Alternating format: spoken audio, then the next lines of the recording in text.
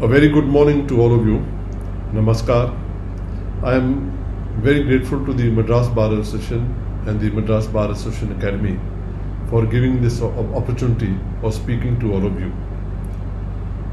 It is indeed a very great and nice initiative by the Madras Bar Association Academy to organize this series of lectures. I have heard 3 of the lectures delivered by my sister and brother judges, and I thought that I should choose a topic which is a bit different from what they had spoken about. Therefore, this topic of COVIDian times and the legal fraternity. We are going through trying and testing times. This is something which we had never imagined, and I don't think anybody had ever thought that we would have to go through such trying times. But even if times are trying, we have to look forward to a better tomorrow. And the functioning of the courts cannot just come to an end just because times are difficult. We are living in times when what is normal has changed.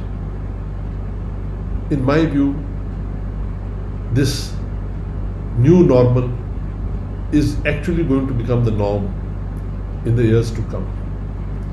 Social distancing has come to stay, both socially, personally, and professionally. We must realize that at least till a vaccine comes around and the whole world is vaccinated, it may be that we have to face this problem. I do hope, pray and wish that somehow this COVID-19 vanishes, but many dreams do not turn out to be true, and we must therefore be prepared for times when we will not be able to interact with each other personally. During this period, we have had a lot of time on our hands, and this time should be utilized properly by all of us, including members of the judicial fraternity, because of the legal fraternity, because it's better to think of what we can improve, how we can improve the system in the future, in the near future. As I just mentioned, that this problem of social distancing is not going to go away soon. We as lawyers and members of the legal fraternity are status quoists. Any lawyer loves the judge to pass an order of stay or status quo. And somehow that has percolated down into our thinking process.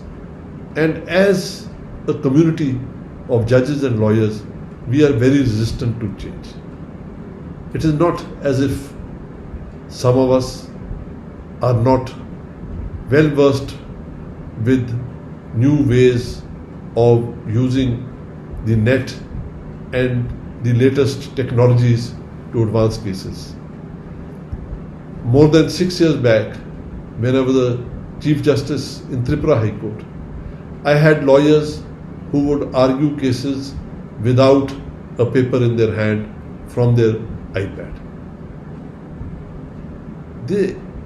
This use of technology must be harnessed in such a manner that we are safe but continue doing our work as judges and lawyers. By this pandemic, of which my brother Justice Nageswara Rao talked about, we have been jolted into a new system. But what we have done in the recent past is only stopgap arrangements and knee-jerk reactions. These are not really well thought out methods of using video conferencing. These are temporary measures, emergency measures required at the time when we had no other options. But as we learn from our experience, we must realize that we have to improve a lot.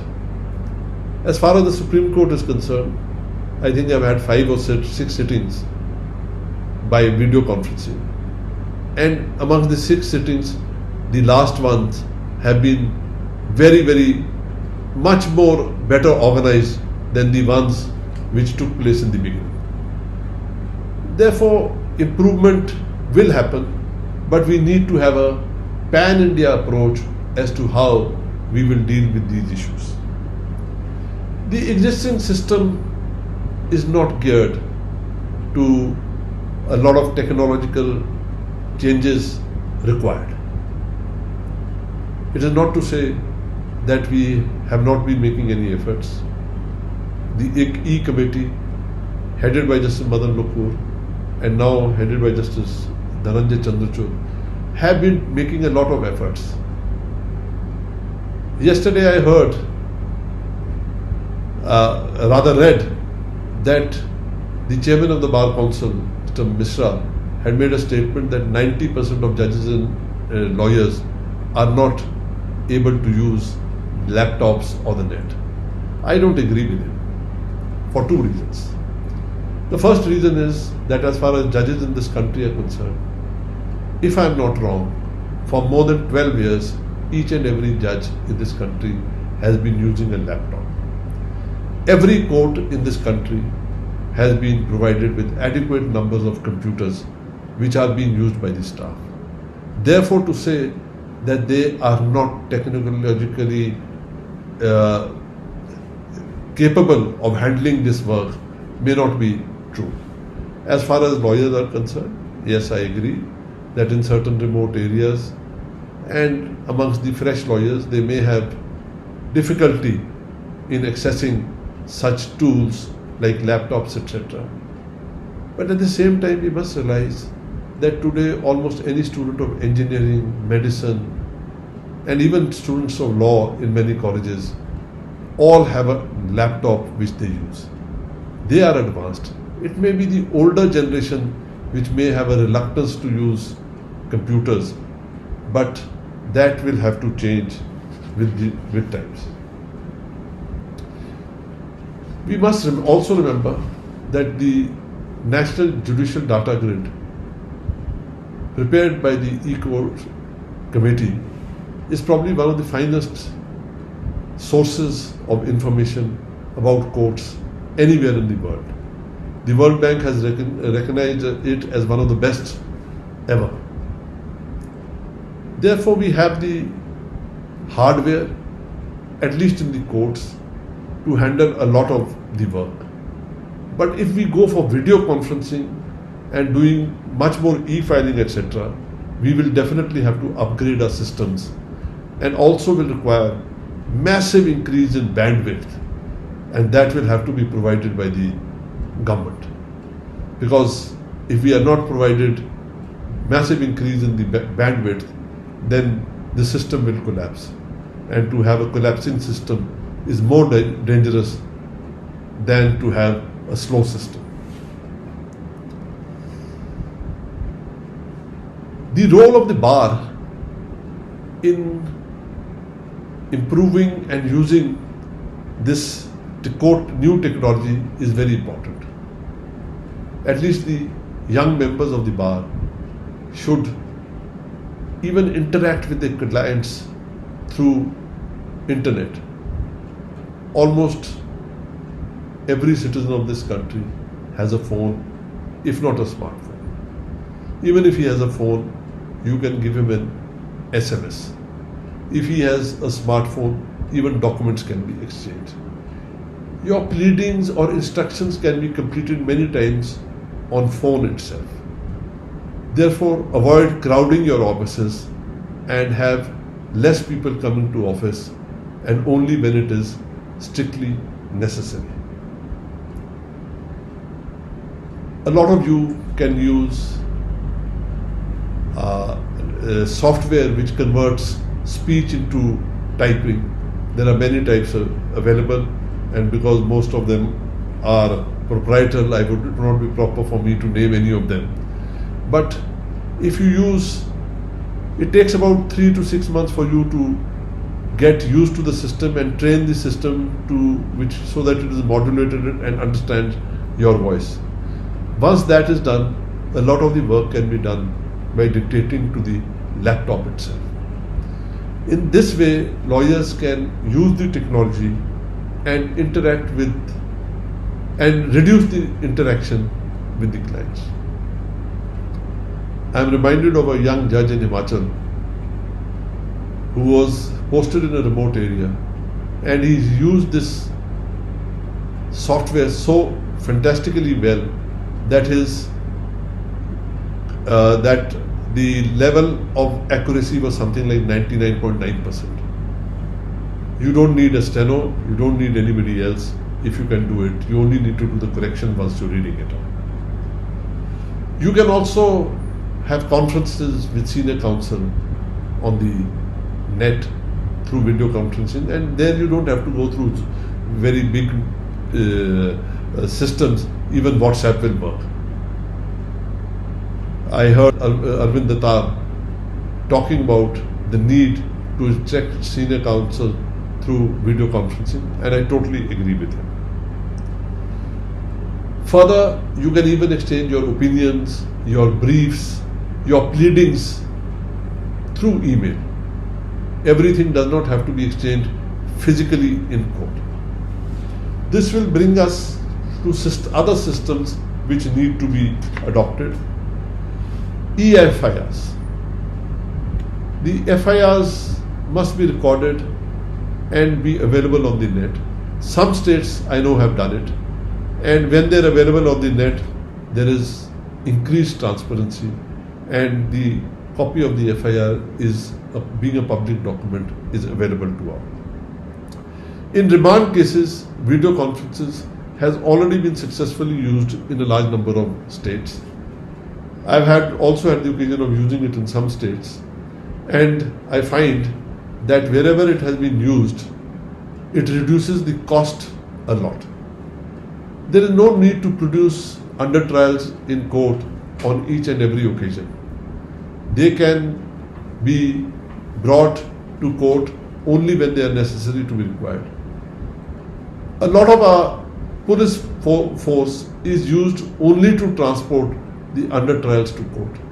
And if the under trial happens to be involved in some high profile case and related to terrorism, etc., then when he is brought to court, a huge battalion of police officials comes. And all that time, all that expense can be saved by having these remand proceedings through video conferencing. I know that in a large number of states it is being done, but this needs to be increased very, very fast.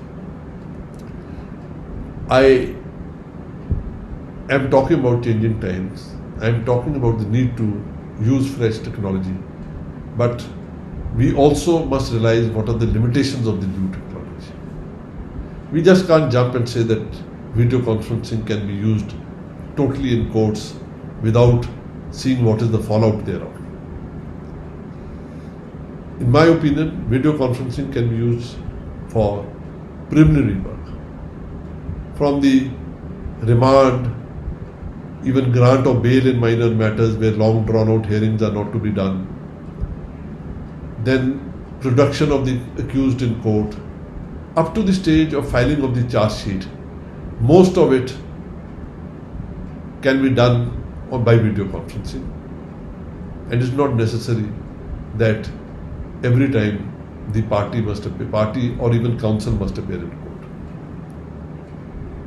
Once charge has to be framed, then it must be framed in the presence of the party.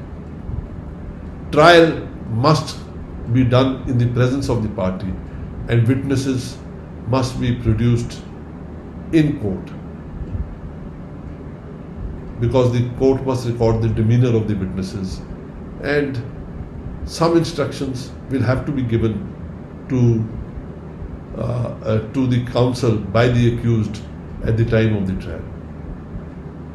Rebecca John, in another speech has talked about the ills of trying to introduce video conferencing in criminal trials, and I tend to feel that as far as trials are concerned, video conferences should be very limited, and that should be limited to the evidence of formal witnesses with the consent of both prosecution and defense counsel, that these witnesses can be examined through video conference.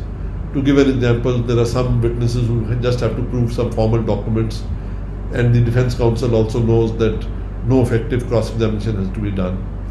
In many cases, the doctor only has to prove the post-mortem report where death is not denied, or even sometimes it is not denied that the death is homicidal, but what is denied is that the person accused is not the guilty party.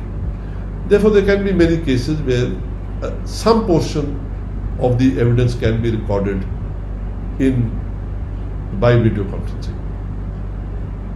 I have always been strongly of the view that doctors are required more in hospitals than in courts. And after these COVID times, we all must realize the necessity of having doctors in hospitals rather than in courts.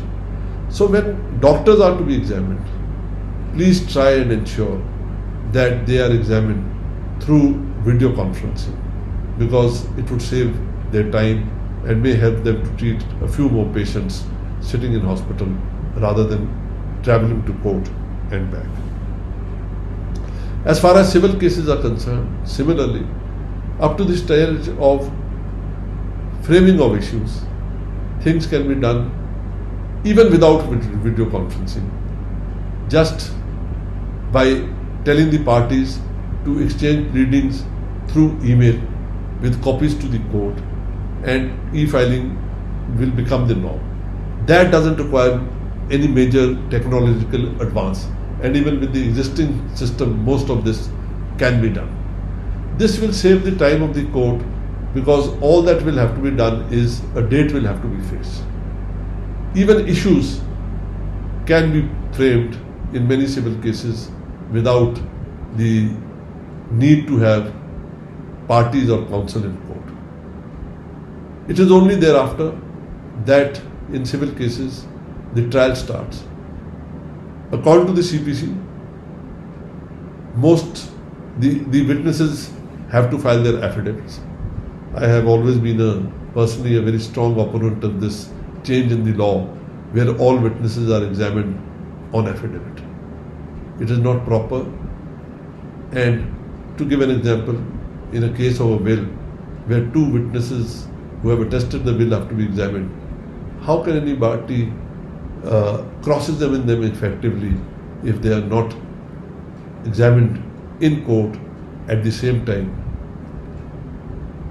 The affidavits of witnesses, more often than not, are affidavits of the lawyer, or sometimes the affidavit of the stenographer of the lawyer, because all that is done is that the pleadings are copied. It would be better if those witnesses are examined on commission or through video conferencing, if the court so desires and the parties feel that some witnesses are very crucial, then those witnesses can even be examined in court. Many types of miscellaneous applications, bringing on record LRs, filing translations, so many others which are not contested or very contested very lightly, can also be disposed of by video conferencing.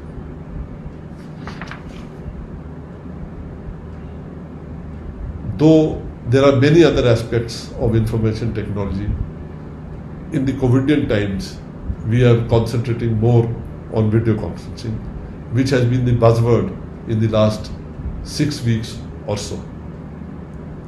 Most of the high courts, as well as the Supreme Court, have put in systems, and some of the high courts have put in very effective systems also, where the judges are working from their respective chambers and not even meeting in court. I have a vision of the future, and this is not a vision which is now, I have talked about it about 3-4 years back also, where A lawyer sits in his chamber, addresses arguments, where the judge sits in his own chamber, the opposing counsel in their own chambers, the clients in their home, will all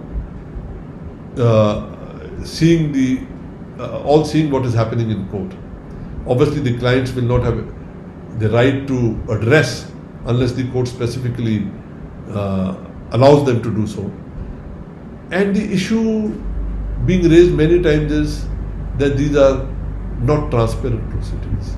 There's a very easy answer to that.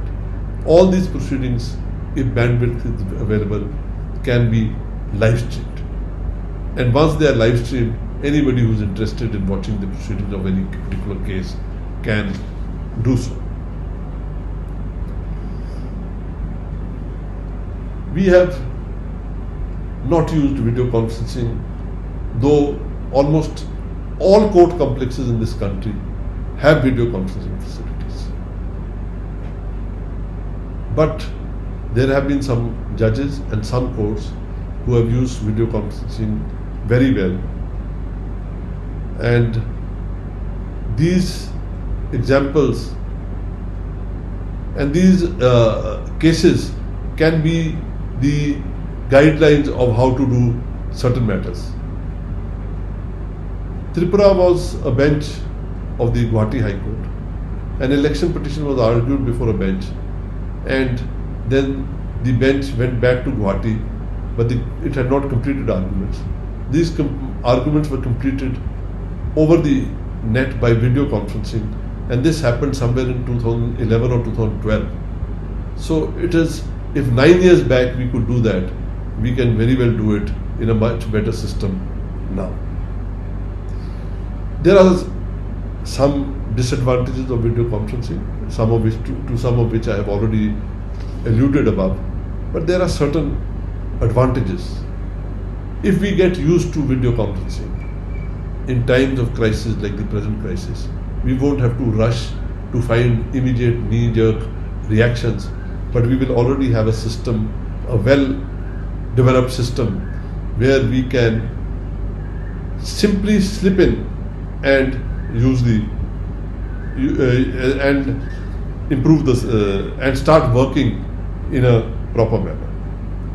It increases access to justice. It will make justice much cheaper.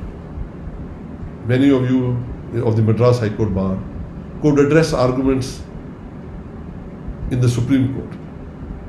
It will save the client the huge amount of money spent in Delhi and also the amount of travel. And if e-filing is done, some of you who are well versed with your cases would be more conversant with your cases, would be in a better position to put forth your cases. And that is a big advantage. While talking about disadvantages, one obviously is this lack of bandwidth, because we can't do anything unless bandwidth is improved. The second is giving facilities of using video conferencing to the members of the bar. I have a suggestion, and that is that those youngsters or those lawyers who do not have these facilities, there can be one video conferencing room in a court complex which can be used by members of that members of the bar of that court complex to address arguments in some other court.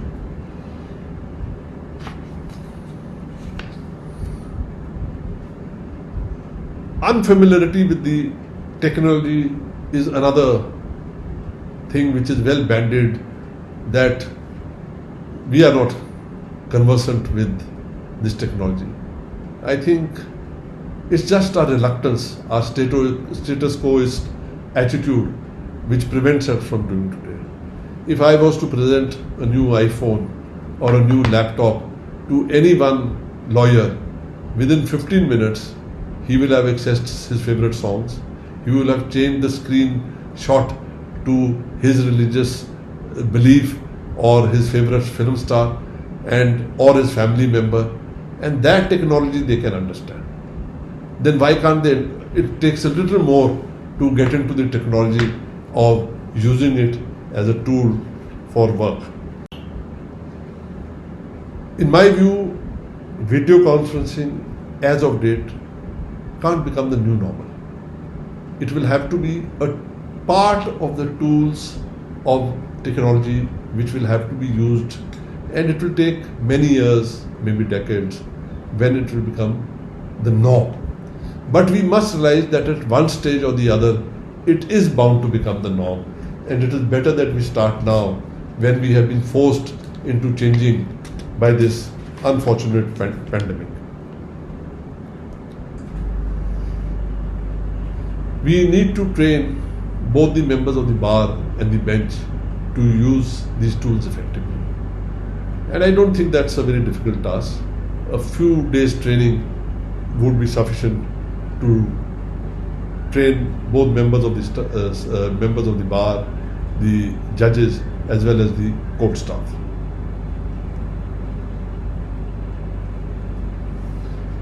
As I've already said, video conferencing should only be used where it is effective. We should not start using video conferencing at each and every stage, because at times it may be counterproductive. And that will have to be decided by every high court on its own basis. The needs of every high court are different, the needs of every district court are different, the needs of every sub-judges court are different. That civil judge junior division will have to decide which cases he would like to hear by video conference and which he would not like to hear by video conference. It has been said in one of the speeches that video conferencing in the Supreme Court work, especially on Mondays and Fridays, because there are a lot of lawyers who rush from one court to the other. Well, my opinion is some of these lawyers can shed some of their work, and the other senior lawyers or the less senior lawyers can get a lot of work. And if some of you from the high courts can address arguments, then also this work can be shared. Technology must be integrated with court management systems, and that for me is as important a part of using information technology as a tool of managing court systems. I have found the National Judicial Data Grid a very effective means of managing courts. I am not giving a lecture on that, but for any Chief Justice, for any guardian judge or a judge managing some portfolio judge, district judge or sub-judge, if from the NJDG they can get down the data, it is very easy to manage your courts. Technology for e-filing, e-stamping must be improved. There are already many high courts in this country where e-filing is being done and where e-stamping is being done. And this just has to be percolated down to the district judiciary. We must adopt the system of paperless courts. As a judge heading the Green Bench in Himachal for 3 years and being part of the Environment Bench in the Supreme Court for many years, I personally feel that the amount of stationery being wasted in courts is too high. And we must work towards having paperless courts. And this can not only reduce the amount of paper being used, but also the amount of trees being cut. The bar associations have a very, very important role to play in this regard. They must explain to their members that this change of using technology is for the betterment of the legal fraternity. Finally, we all exist to give justice to the citizens of this country. And when a crisis like this pandemic occurs, then it is the poorest of the poor and the underprivileged who suffer the most. How do we reach out to them? They lack technological tools. And merely because we are going to change to a new technology, they should not be deprived of their right to justice. Therefore, when we talk of technology, we must also think of the counter aspects of it, that these people who have no means, who have difficulty getting 2 meals a day, to ask them to be using technology is a bit too much. And therefore, we must segregate where we can use this technology and where we cannot. And there the role of the bar and the bar associations is much more important than the judges, because you will have to decide which client of yours can be contacted through these means and which client will have to be called to your chambers. We must also use artificial intelligence. Artificial intelligence is being used in the Supreme Court in a big way to translate the judgments.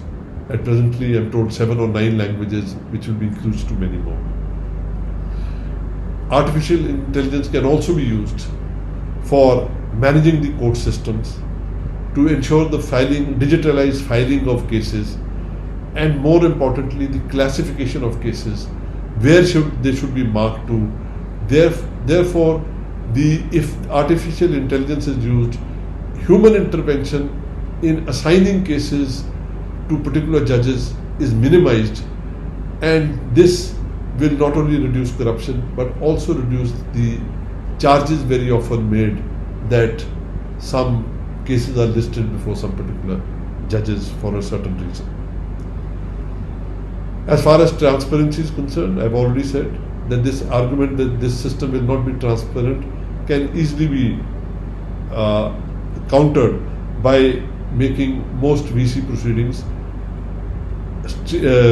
live streamed, except those which involve privacy issues such as family court matters, custody matters, or any other matters which the court has to hear in camera, or matters where the identity of the victim is not to be victim, or even a juvenile is not to be disclosed.